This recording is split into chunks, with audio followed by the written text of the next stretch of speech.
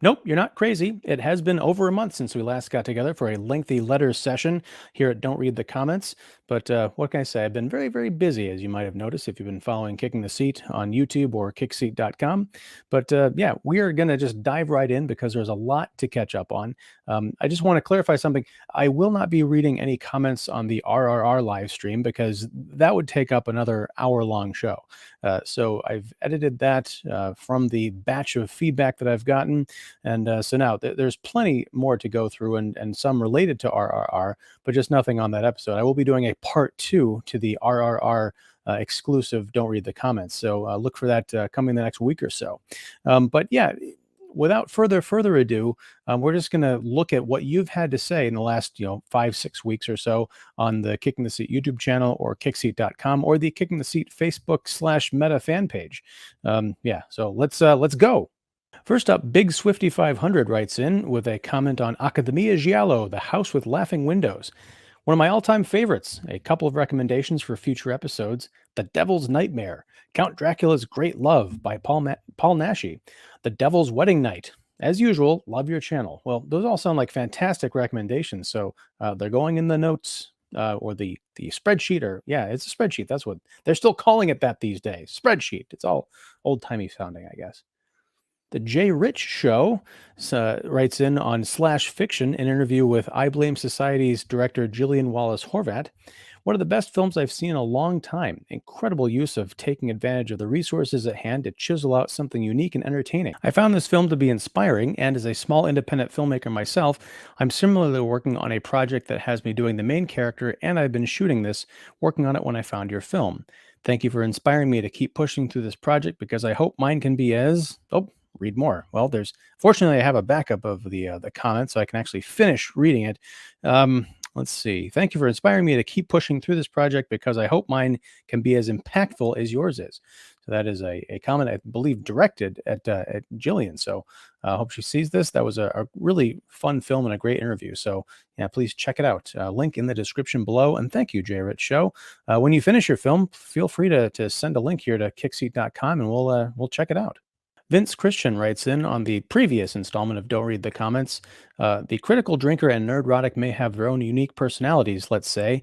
However, they are usually right in their critiques. Just about every movie, TV show, or reboot coming out lately is heavily influenced by overly woke political activist writers, and that is causing the actual material to suffer. It's not angry incels. Yeah, this is a comment that I received on my critique of The Predator. Or no, it was just Prey, sorry. The Predator was the other reboot of the franchise, comparing me to a number of, shall we say, conservative media YouTubers, which I did not mind the comparison because, as I mentioned in my last video, I do watch a lot of things from all over the spectrum.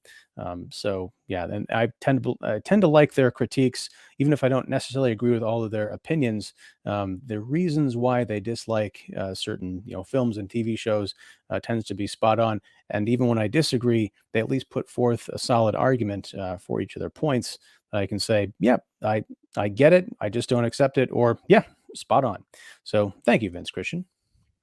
Horror 101 with Dr. AC writes in with a comment on the Dog Soldiers review I did with Chad Hawks.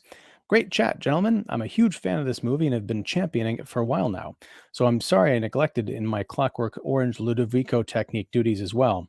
Great background intel, Chad. And yes, when the 2015 release came out, there was so much kerfuffling and kerwhinging at the fact that they had sourced the Blu-ray from a 2-theater print as opposed to the original negative, but that was because at the time it was believed, even by Marshall, who approved the transfer, that the negative was lost. Happily for all the kerfufflers out there, the negatives has since been rediscovered, and its source for the most recent 4K release from Scream Factory. Please deal me in for your chat about The Descent, because while I consider it an amazing flick, I definitely had a few issues with it, and I'd love to give voice to. Well, AC, as you know, you and Chad and I will be talking about The Descent tomorrow night for an episode that will be coming out in the month of October discussing Neil Marshall's The Descent. Yes, I was not on board the Dog Soldiers bandwagon because I hadn't seen it, and the 20 years it was out. Finally watched it on a Blu-ray from Scream Factory and fell in love and was happy to discuss it. Mike White writes in with a comment on our review of Clerks 3. I can understand if someone has told me they had only seen Strike Back and missed the rest, but Strike Back, you could throw a rock and hit someone that has seen and knows Strike Back. Same with Scream fans. They have seen Scream 3. It has Jay and Bob. It's excusable to miss the whole View Askew universe, but even if you know Degrassi, they made a whole Jay and Silent Bob movie with it within the Degrassi universe. All right. Continuing, Yoga Hosers is actually really brilliant and my all-time favorite Kevin Smith movie. What is really funny about the whole thing is in Dogma, they fight a giant shit demon that was legendary. Tusk, they turn a human into a walrus. Then you get to Yoga Hosers. Two Canadian Nazis decided to make sausages into Nazi rubber monsters, and it was part of female clerks. It was okay. I'm just going to pull over here. This is why punctuation is very important. All lowercase except for Canadian. Yeah, no periods. So that's why I'm having a little trouble with this one. It was part female clerks. It was part Nazi movie, which if you watch all of View Askew universe, Nazi has been mentioned and Nazi references are all of the universe. It was part Dogma. I absolutely love it. I'm glad you like it. I never picked up on the Nazi connection being throughout Kevin Smith's filmography, the View Askew universe. But I will say unequivocally, Kevin Smith is not a Nazi adjacent, or a Nazi sympathizer. How many times can I say that word on an episode and still not get canceled? Maybe we'll find out. Arthur Jackson writes in with a very colorful comment on the IndieSeen episode I did on the 25th anniversary of Henry Fool with Thomas J. Ryan, co-hosted by Sergio Akanaika. What is this garbage? You invite Ryan to your show and then you spend a large part of this talking about your own projects? LMAO. Well, the thing is, Arthur, if you've seen IndieSeen, if you've been following the show for any length of time, you know that it is partly a showcase to talk about independent films. Previously was called the Slowdown, where we looked at independent slow cinema, but we've since branched out, I guess you could say. But it's also partly to talk about my co-host Sergio Akanaika's film project. He is an independent filmmaker, a fantastic independent filmmaker, if I might say so myself. And yeah, he's working on a movie right now, a sequel to a film that came out of his earlier this year, in fact. And so we talked about it a bit. And there was even talk early on, possibly about Thomas J. Ryan working with Sergio in some capacity. I believe this episode or something right around this was a conversation that kind of started that going, or got that started that going. Anyhow, yeah, I believe we marked it in the show notes as to what parts of the conversation we were talking about Sergio's films versus the Henry Fool retrospective, and also catching up with Thomas on life and everything he'd been up to since making that movie. We actually hope to have him back on again. So I'm sorry you didn't appreciate the full episode, but that is kind of what we do here on IndieSeen. So yeah, what can I say? Not much more than that. Amar writes in Tumbad for October. And then Smiley Person 81 says, yes, good one, since it's a horror movie. This was in response to the RRR special of Don't Read the Comments. We're going to see a lot of these comments with recommendations of other Indian films to watch, specifically Indian horror, because at the time I was getting ready for spooky season. I said, what is a good Indian horror movie to watch to discuss? And yeah, Tumbad was the clear winner, as we'll see. And guess what? You can watch the discussion I did with Mark the Movie Man Krawcheck just last week. We did a live stream about Tumbad, and it is indeed amazing. For those who have Amazon Prime, you can watch it for quote unquote free right now, and I recommend you do so. After you finish this video, of course. Murdul Raj writes in also on Don't Read the Comments from the RR special. Minai Murali, if I'm pronouncing that right, from Netflix, is definitely the most rooted Indian superhero. The story happens in a village. We also got Bhavesh Joshi and Mardko Dard Nahi Hota. All right, well, I'll add those to the list. I'm keeping lists of all the recommendations of movies for the different series and genres that we talk about here on Kicking the Seat. So, yeah, the spreadsheets keep on growing. So we'll have no shortage of things to talk about well into the future. So thank you very much. Another comment: the director Rajamouli appears in the end credit dance sequence. The middle-aged man in gray beard dancing with Ramen Beam. That's awesome. Yeah, that I was wondering. I think it was in that or sometime around that comments section that someone had mentioned that SS Rajamouli, the writer director of RRR, my favorite film of the year. If you haven't checked it out, definitely watch it. Was in the end credits in a cameo, and I didn't know who it was, and now I know. So thanks. Next time I watch it again, which will be in a movie theater with SS Rajamouli in attendance in a couple of weeks at the Music Box Theater in Chicago. Yes, I scored myself a seat. More things to come. I will definitely be watching for Mr. Rajamouli in those end credits. Also, consider Gangs of Wasseypur 1 and 2 as a 5 hour long web series. It is realistic and a bit spoofy at the same time. Sold. The 5 hour part, that'll have to be maybe for the end of the year when things wind down. Who am I kidding? They never wind down around here. Tadpole909 says, my recommendation for Indian horror and suspense would be Tumbad, Amis, Pizza, Tamil version only, and Bulbul. Pizza, huh? Interesting. Well, already watched Tumbad, as I mentioned, and the other three are going on the list. So thank you very much, Tadpole. Dark Schneider says, also like to recommend PS1 coming in 30 September.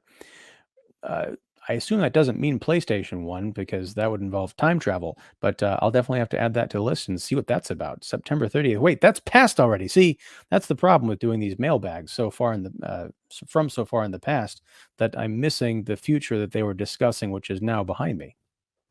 Nilesh writes in, my vote goes to one, Sardar Udam, and two, Rocketry.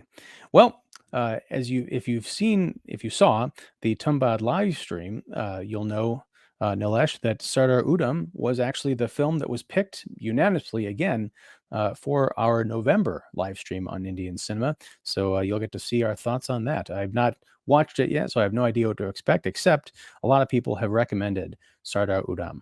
Hope I'm pronouncing that right. Rajamouli's cameo entry is in the final song when the end credits rolls. Yep, that's again addition to my wondering where the heck is SS Rajamouli in RRR. Srevan said Tumbad will be a great start. Go for it. We did, and now you can find out if we were successful in going for it.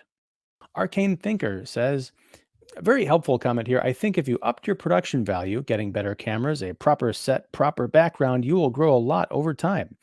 Thank you. I don't know what to say to that. I did get a spiffy new camera. It's a little bit uh, touch and go here and there, as people who've watched some live streams I've been on, and you see my face get replaced with the Elgato face cam screensaver, will know that maybe it's just my the version I got. But I'm very happy with the camera. The set, I like my set. Once again, I'm doing this as kind of a passion project and a hobby, so I do what I can. But one day, I will have a fully polished, sweeping lights and fancy intros set, or not. Tejaswi N says, good job kicking the seat. Thumbs up with your RRR movie review, but is it really necessary to put a side actor fellow's face on your RRR video's thumbnail as if he is the face of RRR movie, while ignoring its main protagonist, hero of the film, Ramaraju, on whom the story is based on, revolves around what the greatest character arc development ever seen on modern day Hollywood films in 2022? Will you do the same with the side actor Miles Teller also? By posting his photo as your video's thumbnail instead of its hero Tom Cruise photo while doing Top Gun 2022 movie review video? Thinking question emoji? Well, let me just say, uh, no, because we did a live stream regarding Top Gun Maverick back when it came out, and we had a full body picture of Tom Cruise on there, not Miles Teller. But also regarding the RRR thumbnail for Don't Read the Comments, I actually used for the RRR live stream the kind of poster shot of both main characters. I used the beam shot for Don't Read the Comments, and as you'll see in just a few seconds, Ram made it into another thumbnail. So I've got the full spectrum of the main characters of RRR covered. I appreciate your passion. And I did not do it out of any kind of malice or to diss any of the actors in the film. It was simply a cool visual that happened to fit the proportions of the artwork I was making. Kudos, says Eli Glassner on our Kicking the Seat 600th subscriber spectacular play button reveal. Thank you. On the 600th play button reveal, first like, thank you, Raghu Narayan. Once a month is too infrequent. Do Indian movies once a week. Well, this kind of goes back to the whole production values thing. I have a full time day job and a full time family, and what is becoming a full time movie habit, which leaves very little time for any kind of sleep.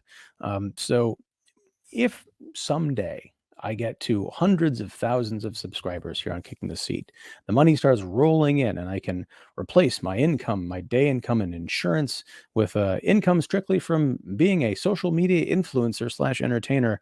You bet your bottom dollar I'll do an Indian movie once a week. Until then, I've got a lot of series and movies on my plate and very little time. So once a month is all I can manage right now. But the dream is, and I love Indian cinema, what I've seen of it so far.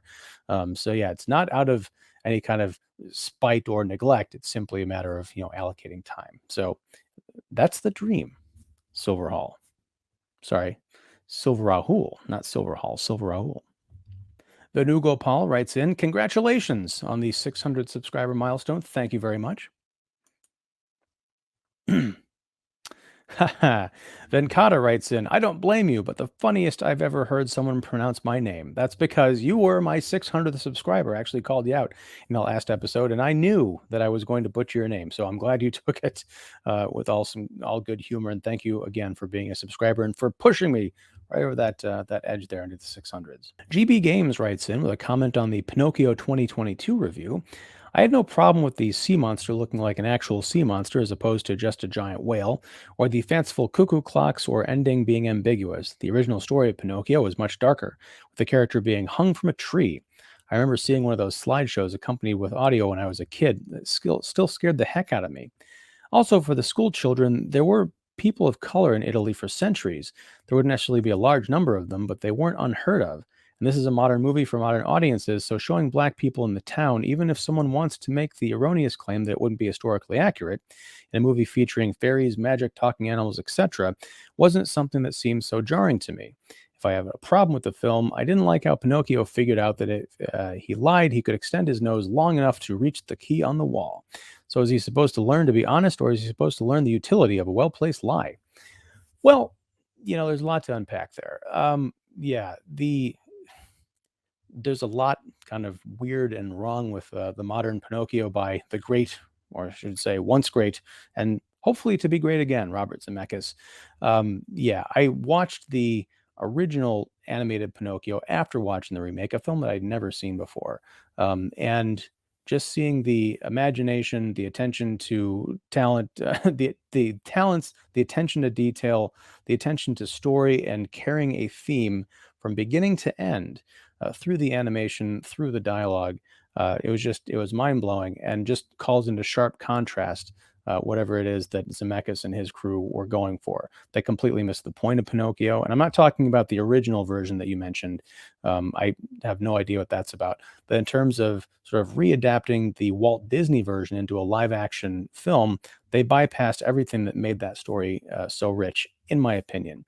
I did make a comment about how the little, I guess, Italian village from several hundred years ago or whatever was suspiciously diverse. I mean, you had all the colors of the rainbow in that schoolhouse, and everyone seemed to be getting along. I don't doubt that there were people of color all over Europe in different places in different capacities in history, but it is sort of and I'll call it a modern problem.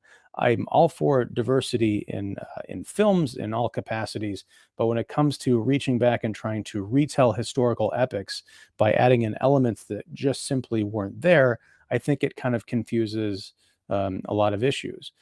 For example, I could see a future where 20 years from now, someone's looking back, someone who, like me, got a lot of their history from watching the movies and not necessarily reading history books, being told of like these terrible times when there were people who weren't allowed to go certain places, or there weren't very many people in certain regions because of skin color and prejudice, and looking back on entertainment that is supposed to represent some version of history and saying, what are you talking about? All I see is a bunch of diverse, happy people getting along. It's just it just strikes me as being weird and oddly revisionist.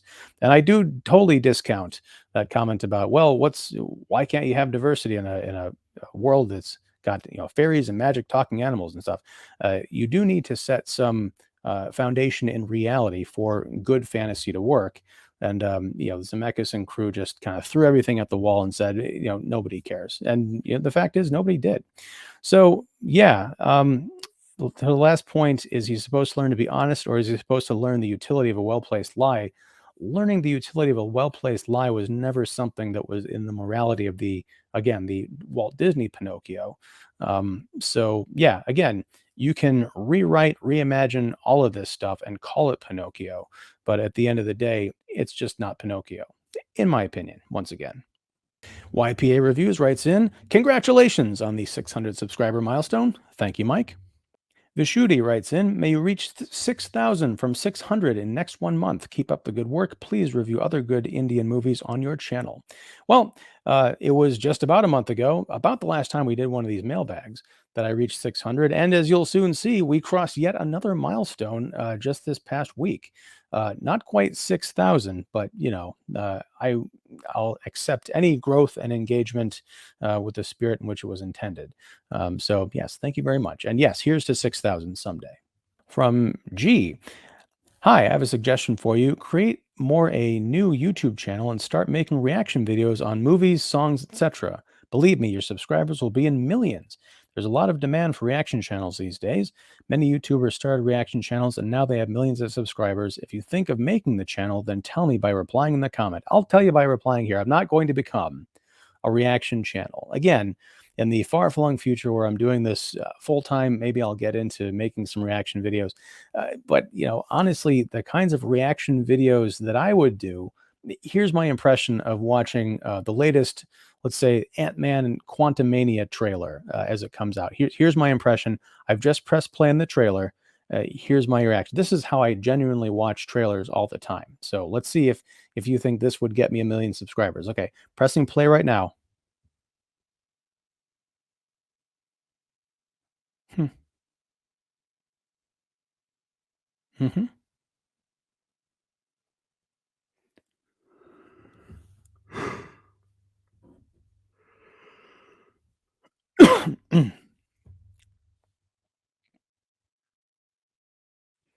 End scene.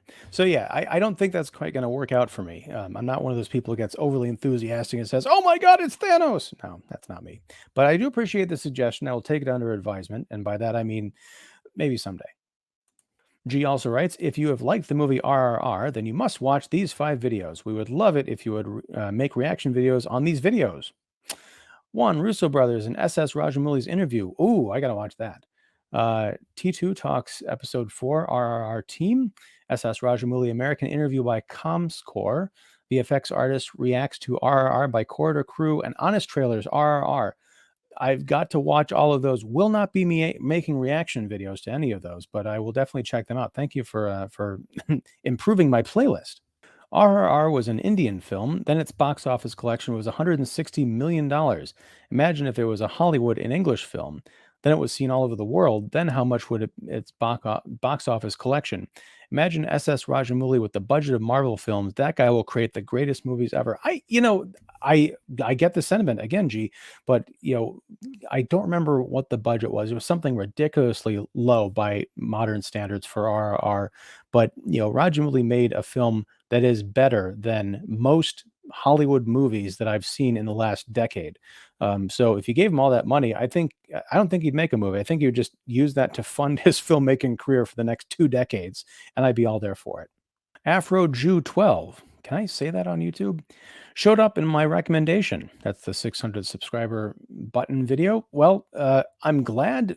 Thank you for commenting, and I hope you subscribed. Movie Mindfulness writes in with the thoughts on Clerks 3. Great, well thought of review from you both. I take this review along with a handful of others. I love Kevin Smith. I usually stick to his View Askew movies. The only non-Askew movie I saw was Jersey Girl, and I thought that was well done for a romantic comedy. But I saw it once and was okay. I haven't seen Red State or Tusk, etc., but I was so hopeful for Clerks 3. I wanted this to be good. Unfortunately, we have a terrible mess. It's just like every other franchise movie today. Take characters we love, market it as nostalgia, then kill off these characters or make it woke or preach down to the fans that the fans have to apologize for loving the previous films. I'm so glad you made the Alien 3 comparison. It is like Alien 3 or Terminator Dark Fate. The terrible thing about Terminator Dark Fate is that Cameron was a producer. How did he sign off on this? And I feel the same about Kevin. This is your baby. Why do you do this to your baby? I just can't understand it. But your review, as well as others, has been therapy. God bless, and we should have a memorial service for the View Askew View Askew movies. That would be something. I was actually thinking about doing a series, maybe one of these years, breaking down each of the View Askew universe films. So maybe I'll have to do that. But yeah, Clerks 3 was one of the great disappointments to me, and for reasons that I discussed on that episode with David Fowley of Keeping It Real, I think there was some real potential in that movie, but it just got in its own way. Or I should say, Kevin Smith got in the way of his own film. So very sad. Snowbird Lady writes in with a comment on our episode, There's Nostalgia Like Nostalgia, Little Foss and Big Halsey. I think you two will enjoy my comment, so here goes. My junior high school best friend was a huge Paul Newman fan, so she dragged me to see him in Butch and the Kid.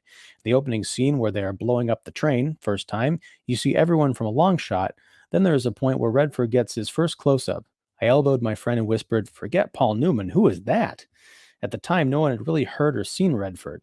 So I was in this theater a couple years later for Little Foss and Big Halsey. Opening scene, as you mentioned, is a close-up of an ugly spine surgery scar. Then the camera pans to a shirtless Bob's face. The entire theater let out a very loud collective sigh, including me. Then everyone laughed in embarrassment at the group reaction. And yes, Redford is a real-life speed demon. Doesn't matter if it's skiing, riding a motorcycle, a horse, or driving his black Porsche Carrera. That's a great story, and also very visual. I could see those scenes play out while I was reading it. So thank you, Snowbird Lady, for sharing that personal anecdote. I love these kinds of comments. So we've got some recommendations here from Dobiotti regarding Indian movies to watch. Rocketry, Sardar Udham Singh, and Wednesday. Also watch Kashmir Files and Gangs of Wasseypur 1 and 2. Watch Bahubali 1 and 2 and share your review. Also directed by S.S. Rajamouli. Again, they're all in the spreadsheet. Please also watch movies made by one of the legendary Oscar-winning director Satyajit Ray.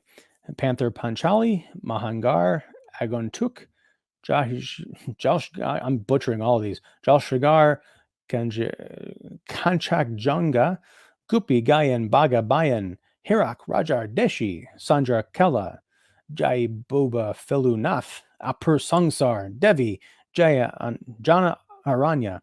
See, the great thing is, when I get around to watching these films, I know full well that I will understand and be able to pronounce their names correctly. It's just right now, this is the first time I'm reading them. So yes, if I had an embarrassment mechanism, it would be in full swing. Jay Pandya writes, India's GDP was around 25% of world GDP before the British came to India.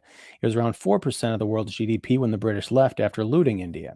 Yeah, this is a theme I'm noticing with movies like RRR and Tumbad. Both start in 1918 and both have undercurrents and overtones and straight out themes of the British occupation.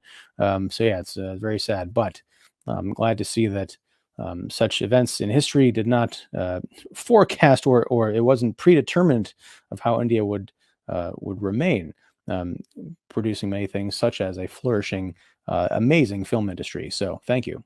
Danny Fulci writes in, Hello, just discovered you guys. Great stuff. I attended a Star Trek con early in '79, and they showed on film The Seven Brothers Meet Dracula, which of course was the heavily re-edited version of Legend of the Seven Golden Vampires. All I can say is the packed room cheered and clapped in all the right places, especially Peter Cushing's first appearance. Warner dropped the ball in not releasing it in its original form. It is a fun film. Yes, it is. Danny Fulci writes in on the Vampire Lovers, Son of Hammerland episode we did. Another great one. I was fortunate enough to visit the mansion used in the film. Amazing to see these places in the flesh. I said flesh, but I assume you meant flesh because I don't know what flesh is. Okay, Danny Fulci, I'm going to have to make up a special Don't Read the Comments just for your comments, it appears, because you're going through all of our Son of Hammerlands, which I think is awesome. This one, Frankenstein, the Monster from Hell. Love you guys. I personally love Cushing in this film. Met the Monster from Hell himself, David Prowse, years ago. He had nothing but fond memories of it as he did all three of his hammers. That's incredible. I think I saw David Prowse at a convention once, but I didn't go up to him. A big regret for sure. Danny Fulci says, in regards to The Mummy from Son of Hammerland, one of my all time great memories is visiting Bray Studios on Boxing Day and standing in front of the main house off the Thames, and my mind seeing Christopher Lee's mummy approaching it to kill Cushing. Pure magic to be there. Wow. Oh my gosh, this is what I get for not reading these things in advance. This is my reaction video. Um, to those who were wondering earlier, I think that was a G. So yeah, that's an authentic reaction. My mind was just blown. That's awesome. Danny Fulci also says the reptile contains one of Michael Ripper's best performances. Agreed. I was honored to write a couple of pages in the great man's bio, Michael Ripper Unmasked, which also has a foreword by Christopher Lee. Met Ripper and Lee at 99. Michael was very gracious to me, thanking me for my minor contribution to the book. He even gave me the original photos used in the book. He sadly passed less than a year later. Thank you. Well, thank you, Danny. I love all these recollections. We're getting very personal here on Don't Read the Comments. Danny Fulci writes in on Dracula Has Risen from the Grave, another great performance by Michael Ripper as Max highlights this really fun Dracula directed with flair by Freddie Francis. Yes. Let's see. Frankenstein Must Be Destroyed, Danny Fulci said. This film is so brutal and brilliant. Cushing at his most evil is Frankenstein. Met Jeffrey Belden, who plays the police doctor. This and his small scene as a porter in Horror of Dracula are his only hammers. He had nothing but praise for Cushing. Thanks for the great videos. Well, again, thank you. It sounds like you're a genuine Hammer fanatic. You're going out of your way to meet people, and you're seeing the films made in the day. This is great. On Frankenstein Created Woman, Danny writes, saw this on a double bill with The Lost Continent. Strange pairing indeed. One of my fave Frankensteins with a somewhat gentler Baron. Definitely a dark fairy tale. Great video. Well, thank you. That's the thing. Aaron Christensen has been on this journey with me, talking about Hammerland films and now Son of Hammerland, which we're winding down. These were definitely blind spots for me for my 43 plus years as a movie lover and eventual film critic. I'd never watched Hammer films, and now I'm obsessed with them. And it's great to meet and talk and correspond with fans who also get it and are helping me deepen my appreciation for these wonderful films. Wordsworth is brilliant in this film as he was in Curse of the Werewolf, talking about the Quatermass experiment. Yep. On the featured extras edition of Poltergeist, or the Poltergeist edition of featured extras, I should say, Danny Fulci has this to say. This has always been such a bare bones release. Shame we never got a Tobe Hooper commentary. Why won't Spielberg talk about this film? I know he doesn't do commentaries, but this is a significant anniversary for the film. Yes, and for those of you who are watching this this week that it goes live, this Don't Read the Comments, we are going to be talking about Poltergeist as the closing night film of Scarathon 2022's Friday Night Frights. So that'll be a live stream on Friday night at 7:30 p.m. CST. So please jump in the chat if you're awake and interested. And yeah, we're going to talk about all things Poltergeist, including the Spielberg controversy and all of that stuff. So yeah, please join us. Go On Production says, keep reviewing Indian movies and see how your channel grows. Yes and yes, although I will say the growth is nice, but it is secondary. I'll say it's a side benefit of getting to be exposed to all these great Indian films, and also seeing the engagement with people who also love Indian films and have more to recommend. So yeah, we're gonna keep doing it. It's an ongoing thing as of officially now. Patrick Doherty writes, glad you guys watched this so I don't have to. Really sounds awful. Talking about Pinocchio 2022. Recently, I was in a toy store with my son, and I noticed that all the products, toys, kids' clothing, etc., bear the original Disney iconography, Lion King, 101 Dalmatians, and so on. It seems that Disney understand that all these live-action versions are disposable and forgettable, and they probably want it that way. Can't agree with you more there. I was going to say, I can't agree with you more, but it sounded like I said I can't agree with you, but spot on, Patrick. Mrs. Chester writes in with a comment on Accademia Giallo, Blood and Black Lace Revisitato. May I suggest, if you haven't done it already, reviewing Dario Argento's Dracula for Halloween. I thought it a sad waste of Rutger Hauer, especially when he was beat up in the finale. Well, Mrs. Chester, we're going to talk about that next year for the 10-year anniversary of Dracula from Dario Argento. So you'll have to wait a little while, but we will be covering it. We mentioned that, I think, last week on our Scarathon live stream, where we talked about Francis Ford Coppola's Bram Stoker's Dracula. And yeah, that's going to be a good one. Steve Hyder writes in, also on Blood and Black Lace Revisitato. Great episode. Blood and Black Lace is my favorite Bava and Giallo. Beautiful and stylishly shot film. Would like to suggest The Crimes of the Black Cat from 1972, put out recently by Cauldron Films for an episode. It'll go on the list for another Accademia Giallo. Actually, that might actually be on our master list because it's hundreds of titles long, but I'll definitely take that up with the gang. Mrs. Chester also writes in, I never get your notifications. Is it retribution for prior comments? No, Mrs. Chester, you and I are good. Whatever beef we might have had has been totally squashed. If you don't get the notifications, and this goes for anybody who's watching this, be sure and click the bell once you've subscribed. I know sometimes YouTube, whether it's algorithmic or something, some kind of glitch, sometimes people who are subscribed don't get notifications for live streams or that there are new episodes up. And yeah, they are subscribed and unsubscribed. Notifications get all wonky. So just check regularly and see. I have no control over it. So the best I can do is just keep recommending that you do those things. Jonas Hallberg writes in with a comment on Accademia Giallo Blood and Black Lace Revisitado. I just love saying that. Mannequin in Red, 1958. I assume that's a recommendation for a future film, and that is going in the spreadsheet. Kyle B writes in with a comment on Blonde. I love this movie. Best film I've seen this year because it was different, bold, and it's nice to see a director actually use his camera. I think that's a personal dig at Kevin Smith, but that's beside the point. Yeah, Kyle B, you and I will have to agree to disagree on Blonde for reasons I outlined, I think, pretty well in my review. So, yeah, don't know what else to say.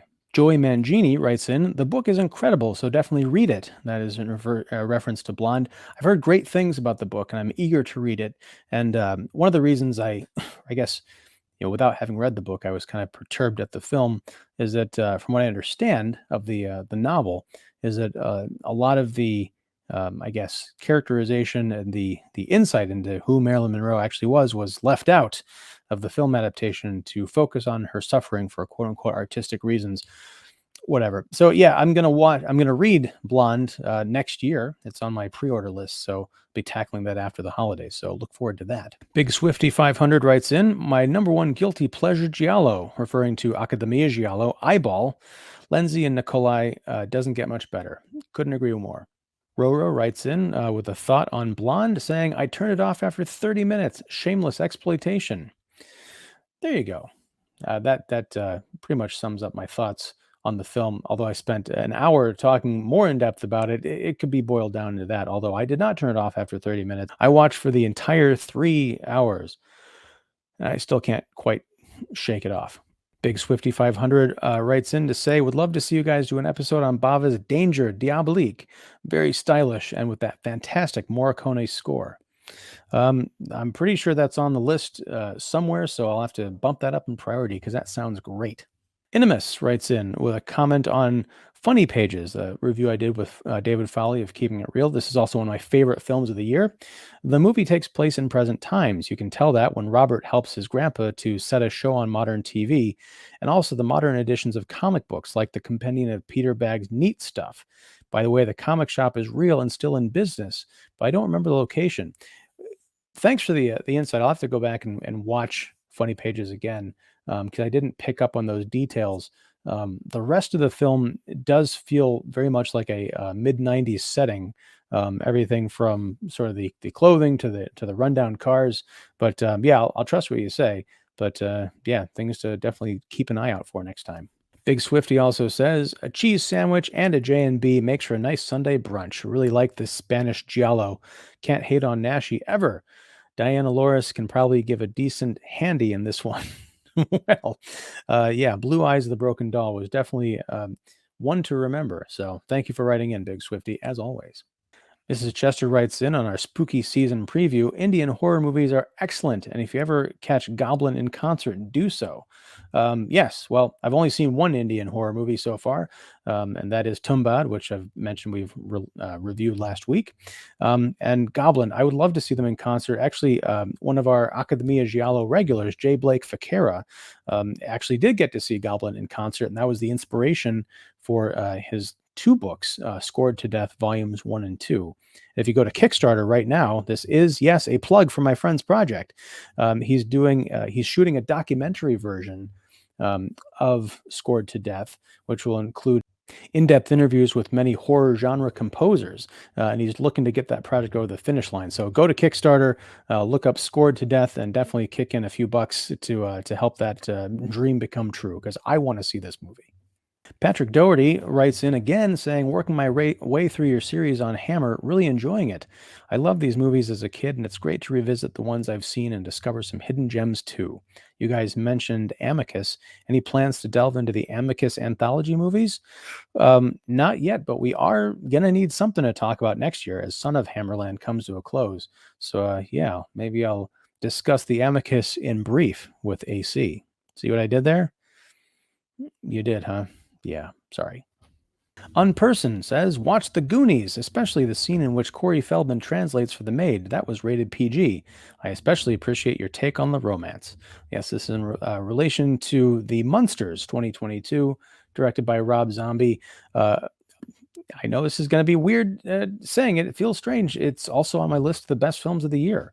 We're going to see some pushback to that opinion very soon, but yeah, Unperson, I'm glad you enjoyed the film. Yeah, I love The Goonies, and yeah, that scene with mouth translating for the maid always cracks me up. There's a lot of crazy stuff in there that would not appear in a kids movie today, when I think we're all the worse for it. What I tell you. Italo Jr. says, Troll. I assume that you don't believe that I love Rob Zombie's The Munsters.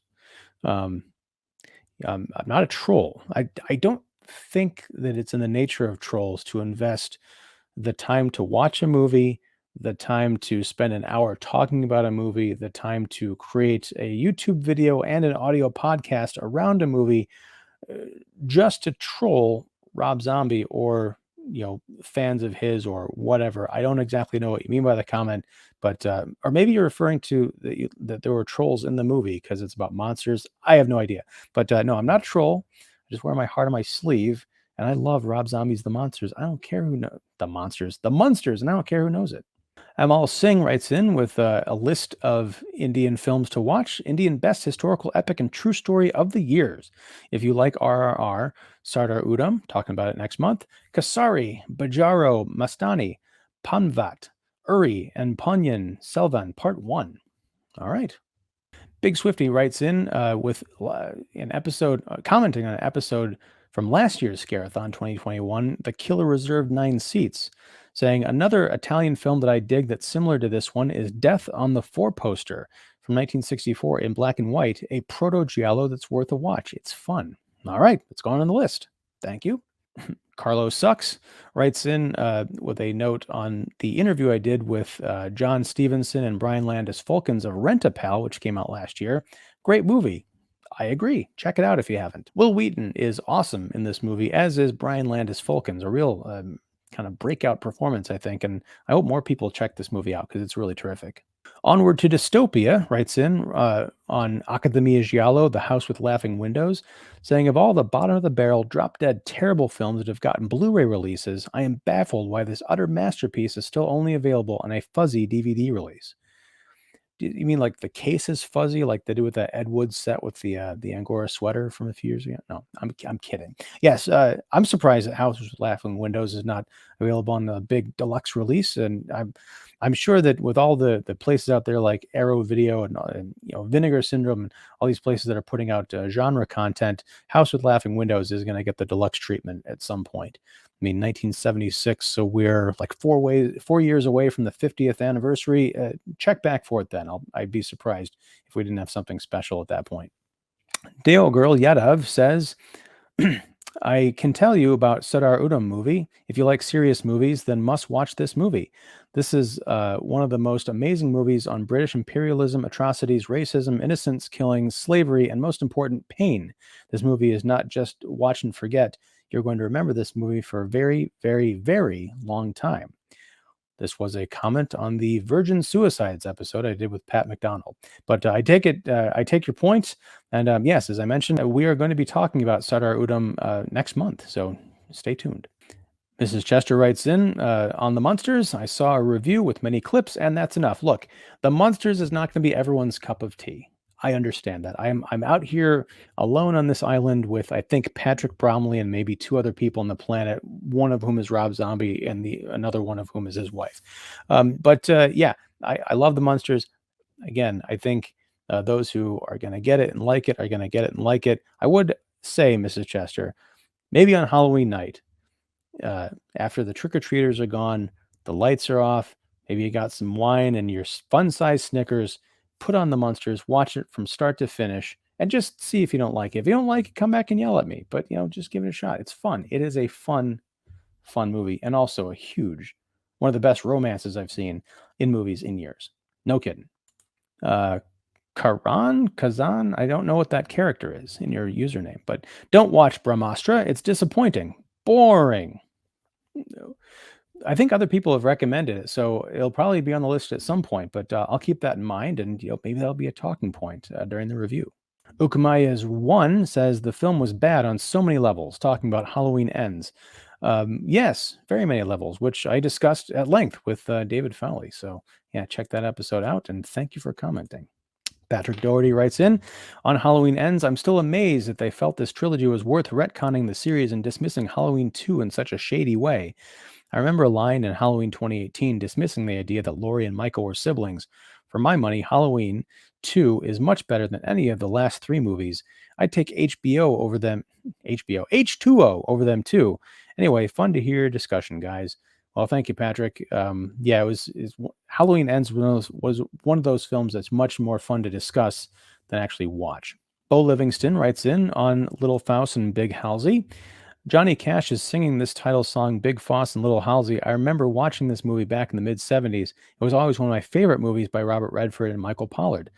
Yes, this is one of those undiscovered gems that I think Pat McDonald recommended it based on a reference from that Godfather TV show on Paramount Plus. Otherwise, I never would have known this movie existed. So thank you, Paramount Plus. Aslan Everim writes in with a comment on Owner Unbound, my interview with Owner 2Cal from a couple weeks ago. A great talk and amazing guest. Thank you for helping me discover Owner 2Cal and his body of work. Well, this is, aside from the personal stories I mentioned, this is the best kind of comment. I'm glad that I could help introduce you to one of my favorite filmmakers. I just discovered Owner earlier this year, and I've watched, I think, most of his films, and he's done a lot of them.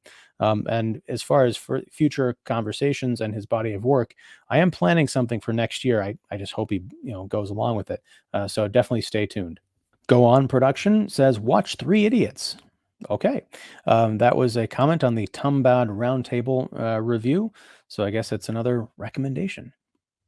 Is that a horror movie or is it a comedy? It'd be great if there was a horror movie called Three Idiots. Totally. Patrick Doherty writes in with a comment on the Scarathon 2022 live stream I did on Bram Stoker's Dracula for the 30th anniversary just last week. Great discussion, guys. It's always annoyed me that Francis Ford Coppola had the cheek to call this movie Bram Stoker's Dracula, when his depiction of the titular villain is as inaccurate as so many other movies. Dracula as a tragic, romantic, sexy character had already become a bit of a cliche by the time this movie was made. Why didn't he actually deliver a monstrous Dracula? In the novel, he's irredeemably evil and a predatory monster.